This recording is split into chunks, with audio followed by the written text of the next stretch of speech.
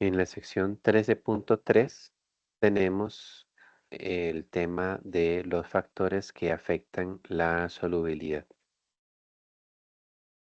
Entonces, básicamente acá en esta sección lo que vamos a hablar es de tres factores. Uno, la naturaleza de ambas sustancias. Eso a lo que se refiere es si son polares, no polares o cuál es el tipo de fuerza intermolecular que interviene. Eso es a lo que se refiere naturaleza de ambas sustancias. El otro factor que interviene en la solubilidad es la temperatura. Y un tercer factor que podríamos aquí mencionar también sería la presión.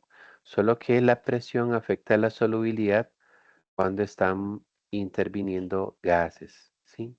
Por ejemplo, si yo quiero disolver cloruro de sodio en agua, no importa qué presión yo lo vaya a hacer, porque el cloruro de sodio es un sólido y el agua es un líquido, entonces la presión no interviene en ese caso. Pero, por ejemplo, si yo quisiera disolver dióxido de carbono en agua, dióxido de carbono es un gas y el agua es un líquido, ahí sí la presión se vuelve un factor crucial a la hora de determinar la solubilidad. ¿Sí? Muy bien. Entonces, pues el primer factor, las interacciones soluto-disolvente, realmente ya las hemos mencionado un poco en lo que hemos estado conversando. Ujú. Em, pero creo que por acá vuelve a darse la misma frase de igual disuelve igual, ¿verdad? Tal vez aquí podemos em, resaltar esta frase. En general, cuando otros factores de los que depende la solubilidad son comparables, cuanto más intensas sean las atracciones entre las moléculas de soluto y disolvente, mayor será la solubilidad del soluto en ese disolvente. ¿M? Entonces, lo que hablábamos, si las interacciones, si las fuerzas intermoleculares son muy parecidas, son muy intensas entre ambos, pues eso va a favorecer em, las, las disoluciones o las mezclas, ¿sí? Entonces, los líquidos polares tienden a disolverse en disolventes polares. Ujú. Es un poco lo mismo que hemos mencionado de igual disuelve igual. Ujú. Em, por acá hay una tabla 13.1 donde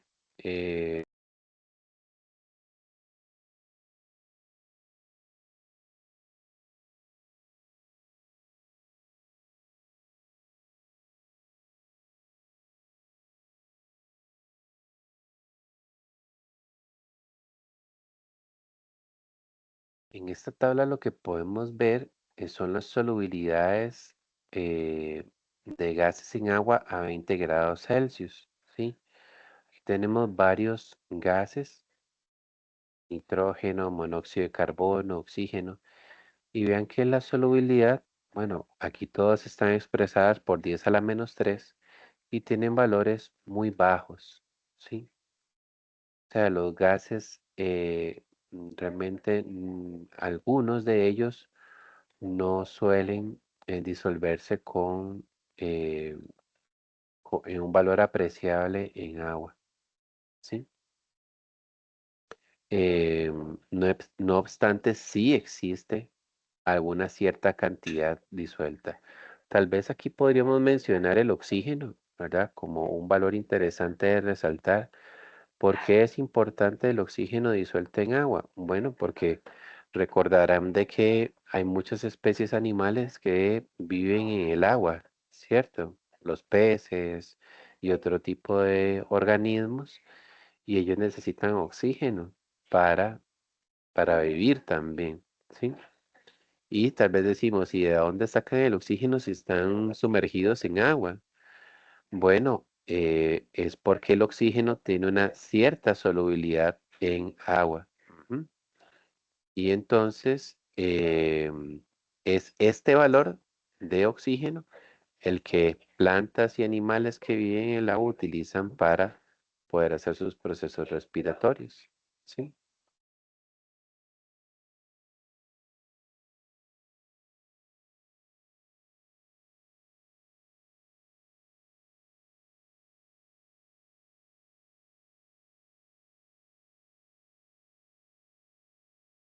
Entonces, sí, súper interesante, ¿verdad? Desde ese punto de vista biológico. Em, a veces utilizamos, en lugar de utilizar si algo es soluble o no, utilizamos una palabra también que se presenta aquí en esta sección llamada miscible. Cuando algo es miscible o cuando dos líquidos son miscibles, significa que eh, pueden mezclarse, pueden mezclarse en todas las proporciones, ¿sí? Una pareja eh, típica para ejemplificar esto, es la acetona y el agua, ¿sí? ¿Qué significaría mezclarse en todas las proporciones posibles? Significa que yo puedo tener 10% de acetona y 90% de agua, o 20-80, o 30-70, o incluso darle vuelta, tener más bien 90% de acetona, 10% de agua. O sea, en cualquier proporción, ellos se mezclan, ¿sí? Em, en ese sentido, pues no hay una solubilidad máxima. Ujú. Y así como diríamos que hay parejas miscibles, hay parejas que son inmiscibles. ¿M? Que eso sería lo contrario, ¿verdad? Que no hay, pero ni una pizca, ¿verdad? En que una pueda disolverse en otra. Entonces, em, por ejemplo, una mezcla de hidrocarburos o aceites, ¿sí? Es inmiscible en agua. O sea, ni siquiera hay un valor de solubilidad que reportar porque es que del todo no hay ni una sola pequeña proporción en que pueda ser soluble. Ujú, sí. Eh, nuevamente aquí, ¿verdad? Nos da una frase parecida a la de igual disuelve igual, pues los líquidos no polares tienden a ser insolubles en los líquidos polares, ¿sí? Y tenemos un ejemplo también en esta figura, ¿verdad? Tenemos hexano, que es una sustancia no polar y sus fuerzas intermoleculares son fuerzas de tipo de dispersión. Y tenemos el agua, que más bien es una sustancia polar y que forma puentes de hidrógeno que son fuerzas muy intensas. Entonces, el hexano tiene fuerzas débiles y el agua tiene fuerzas intensas, no se logran mezclar. Entonces, vean que aunque están en el mismo recipiente, no están mezclados. De hecho, son inmiscibles, ¿verdad? El hexano está en la parte superior, totalmente se visualiza fácil una capa de hexano acá, mientras que el agua está en la parte inferior y no hay ninguna proporción de mezcla entre ellos. ¿Sí? ¿De acuerdo? Entonces, pues ese es un factor que interviene. ¿M? eh, o sea, las interacciones que hayan entre las partículas de soluto y solvente en términos de fuerzas intermoleculares definitivamente serán un factor que determinará su solubilidad o no. Ujú, sí. Em, aquí tenemos una tabla, ¿verdad? 13.2 en la cual nos hablan de la solubilidad de algunos alcoholes en agua y hexano. Entonces, por ejemplo, vean que aquí eh, tenemos metanol, etanol, propanol. ¿Qué pasa con estos alcoholes? Bueno, son polares porque tienen este oxígeno en el extremo, pero también lo son eh,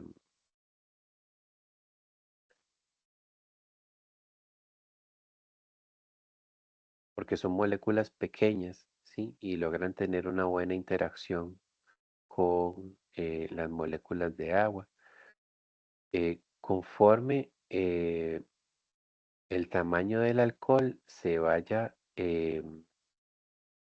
haciendo más grande, debido a que la cadena eh, la cadena de carbonos se va haciendo más larga, aunque tiene este oxígeno siempre en el extremo, la parte de átomos de carbono es más larga, es más significativa. De repente ya esta molécula, al tener tantos enlaces carbono-hidrógeno, se vuelve más no polar que polar, ¿m?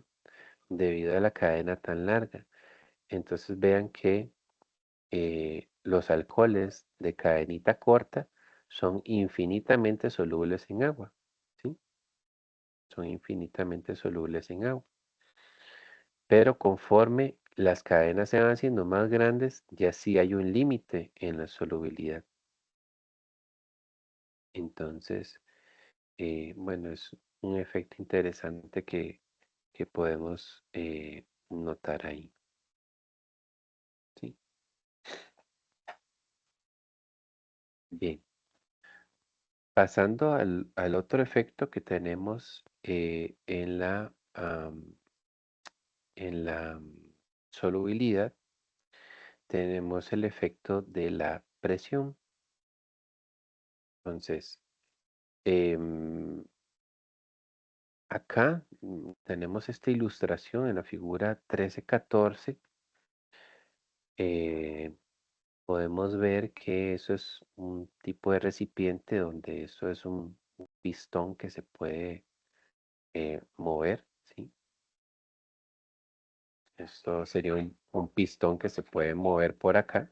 Ujú. Eh, claro, si yo procedo a bajar el pistón, por ejemplo, aquí lo bajo un poco más. Al bajarlo, lo que yo eh, provoco es que haya menos volumen gaseoso y por lo tanto más presión. Ujú. Entonces, ¿qué es lo que sucede? Si vemos, ¿verdad? Aquí ellos lo han hecho en una manera muy gráfica. Vean que la cantidad de partículas gaseosas que están disueltas en este líquido son tres, ¿verdad? Por llamarlo así. Pero cuando yo tengo una disolución de un gas en un líquido, pues hay ciertas partículas que están en el líquido que se van a tender a salir, ¿m? Pero al mismo tiempo van a haber otras que van a intentar ingresar, ¿sí? Bueno, el resultante es que en algún punto dado nosotros tengamos una cierta cantidad que sí permanece soluble, pero en este caso serían, por decirlo muy gráficamente, aquí son tres. ¿Qué pasa cuando yo aumento la presión? Lo que estoy haciendo es reduciendo el espacio disponible para este gas y provocando que esta fuerza adicional que yo estoy agregando impulse más a las moléculas gaseosas a meterse en el líquido. Entonces, aquí lo que podemos ver como resultado, aquí lo que podemos ver como resultado es que al haber hecho yo más presión, pues estoy reduciendo el volumen de la capa gaseosa y forzando a que las moléculas gaseosas se incorporen al líquido. Entonces lo que podemos ver aquí, ¿verdad? Gráficamente es que tenemos 6 partículas gaseosas que se logran disolver en el líquido comparado a las 3 que teníamos originalmente, ¿sí? Entonces, cuando estamos hablando de un gas que se va a disolver en un líquido, a mayor presión, mayor solubilidad del gas, ¿sí? Entonces, eso es lo que tenemos que rescatar de esta figura. La solubilidad de un gas en cualquier disolvente se ve incrementada conforme aumenta la presión sobre el disolvente, ¿sí? Entonces, recuerden que em, la presión interviene si en la mezcla que yo voy a hacer intervienen gases, pero si estamos hablando de un líquido dentro de un líquido o un sólido disuelto en un líquido, entonces la presión no tiene efecto. ¿Mm? Si avanzamos aquí en la sección, vamos a encontrarnos con la figura 13.5, eh, que realmente es muy interesante porque nos muestra la solubilidad de un gas en agua y cómo esta es directamente proporcional a la presión parcial del gas, ¿sí? Entonces, aquí la solubilidad está en el eje vertical y podemos ver que la presión del gas está en el eje horizontal. Lo que podemos ver es que a mayor presión,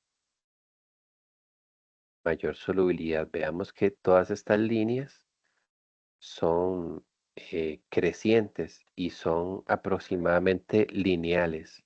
¿M? Son lineales. Entonces, em, pues sí, lo que vemos es que más presión me genera más solubilidad.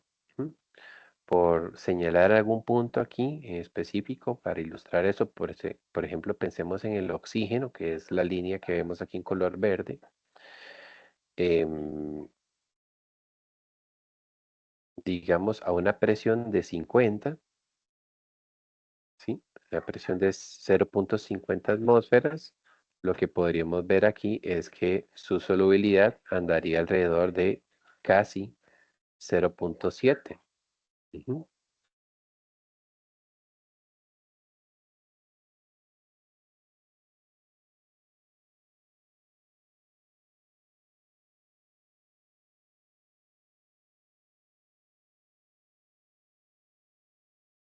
Mientras que, por ejemplo, si yo pienso en una presión superior, una presión de una atmósfera, vean que para una presión de una atmósfera, el valor que leeríamos para la solubilidad del oxígeno, aquí dijimos que andaba con un 0.7, aquí más bien 1.4, ¿ya? ¿Sí? Aproximadamente. Ujú.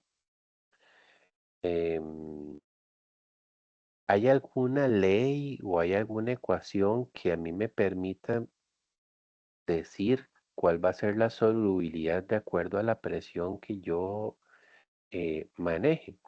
Sí, de hecho que sí.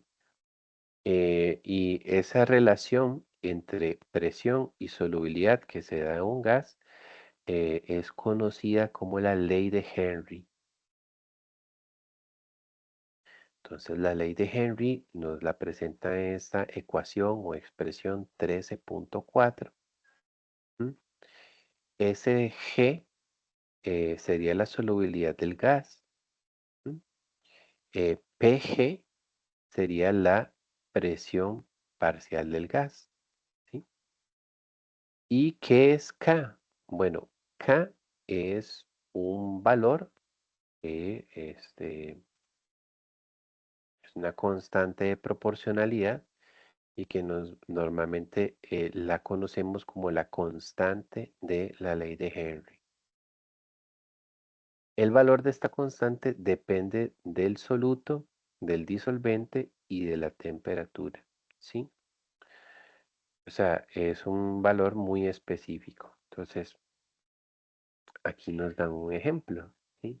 Dicen, por ejemplo, para el nitrógeno gaseoso, en agua a 25 grados Celsius eh, y una presión de 0,78 atmósferas, el valor de K es 4,75 por 10 a la menos 4.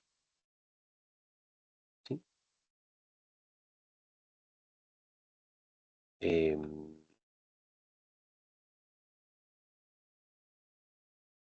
entonces, es un valor muy específico para cada gas que vayamos a tratar. ¿Sí? Aquí, ¿verdad? Tal vez el ejemplo cotidiano mm, más sencillo de mencionar de un gas disuelto en un líquido es precisamente los refrescos gaseosos. ¿Sí? Es no sé si alguna vez han tenido esa curiosidad de ver los ingredientes de un refresco gaseoso y verán que el primer ingrediente que aparece en la lista se llama agua carbonatada. ¿Por qué se llama así? Porque es agua que tiene disuelta en sí dióxido de carbono, que es un gas.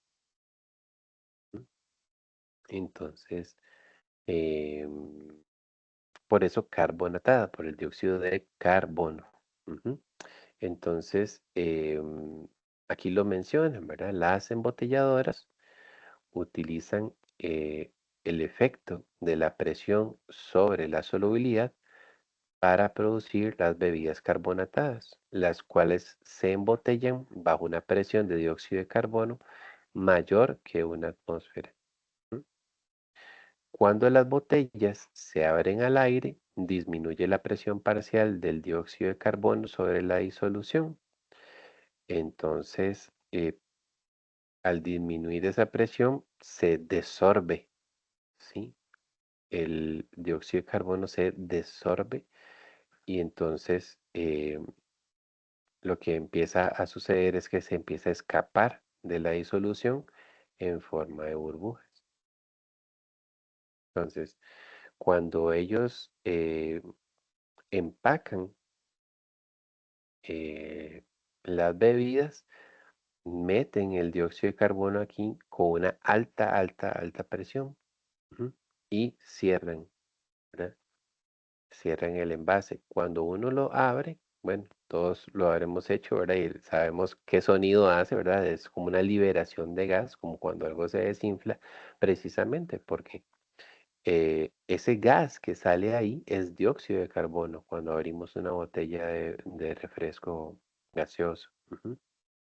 Y al nosotros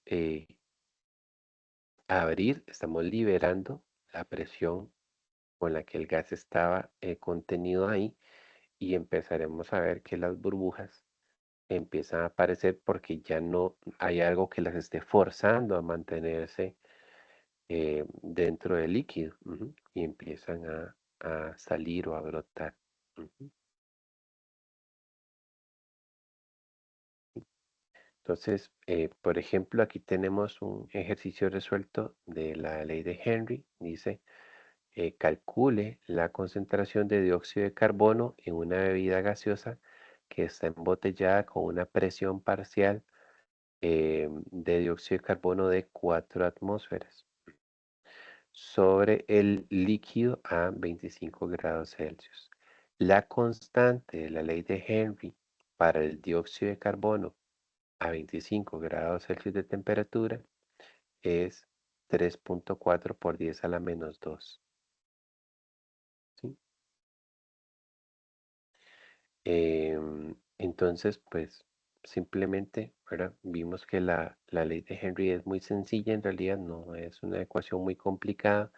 La solubilidad del dióxido de carbono estaría dada por la multiplicación de la constante K y la presión parcial de dióxido de carbono. Entonces, el 3,4 por 10 a la menos 2 que nos brindaron como constante de la ley de Henry para el dióxido de carbono, lo multiplicamos por las 4 atmósferas de presión que se están utilizando para embotellar el refresco y eso nos daría un valor de 0.14 mol por litro. Entonces, esa sería la solubilidad. Bien, y el último efecto que nosotros tenemos aquí en esta sección es el efecto de la temperatura. Y aquí también depende de si lo que yo voy a disolver es un gas o es un sólido o es un líquido. Ahí tenemos que tomar en cuenta eso. Ujú. Pero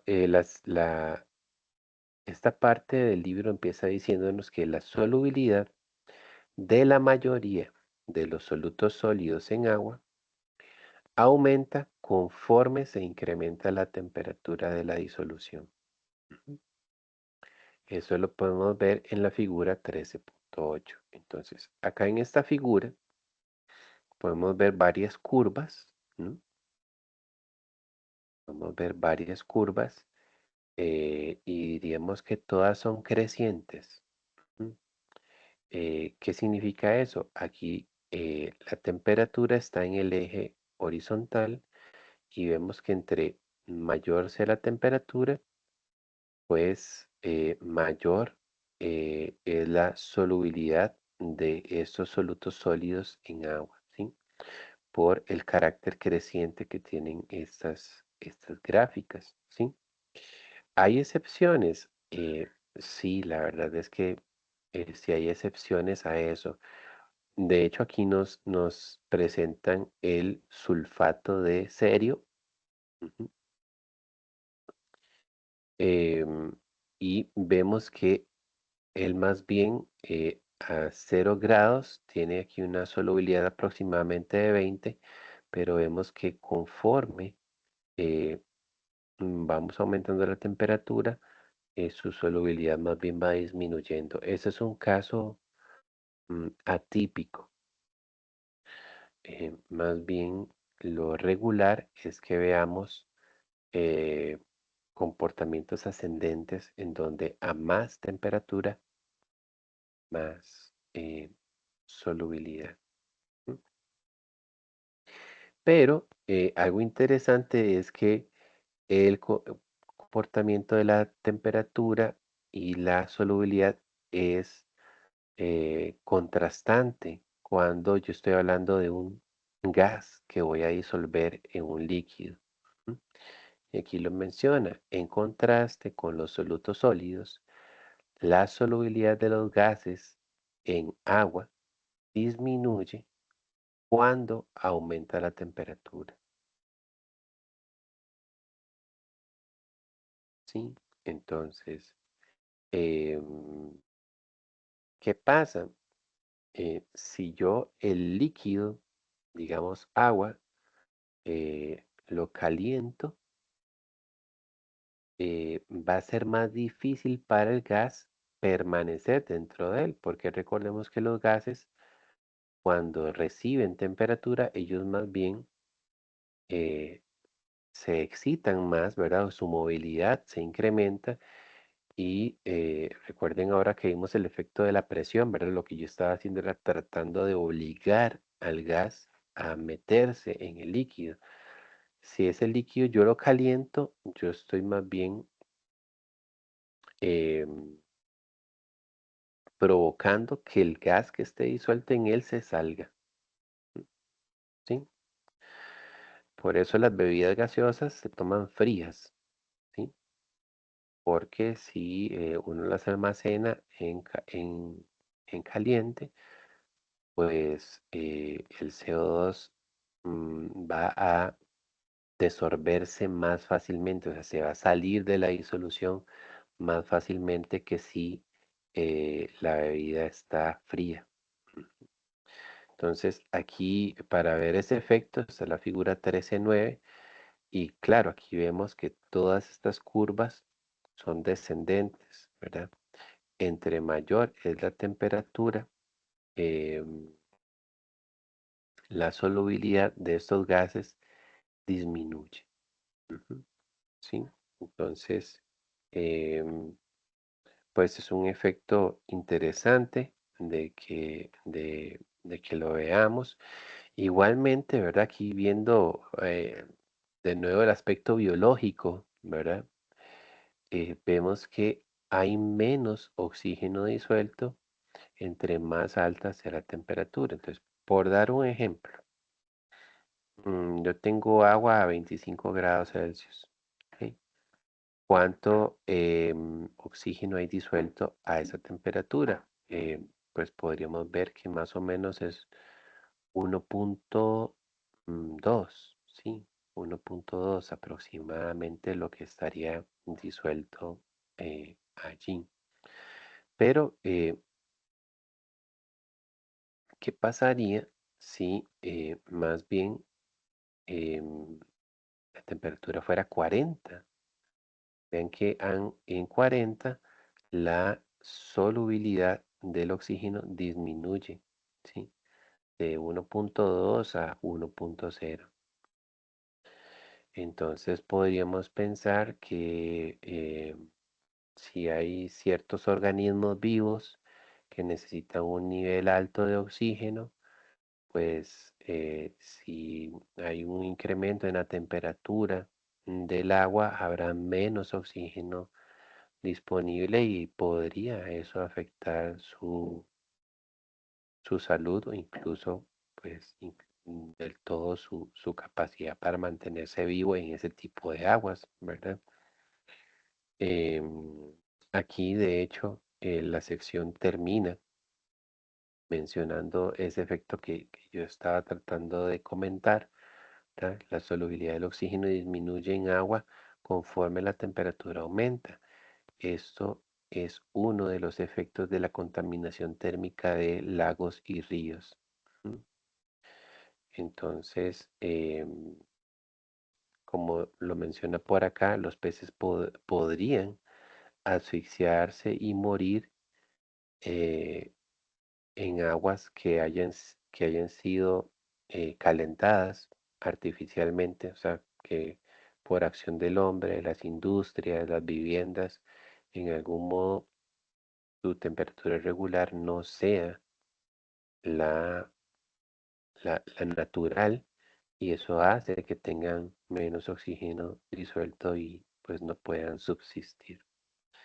Entonces, estos son los tres factores que afectan la solubilidad, el tipo de interacciones intermoleculares, la presión y la temperatura, y pues es muy importante que sepamos cuáles son los efectos para poder predecir cuál será el efecto en la solubilidad cuando cambiemos algunas de estas tres características.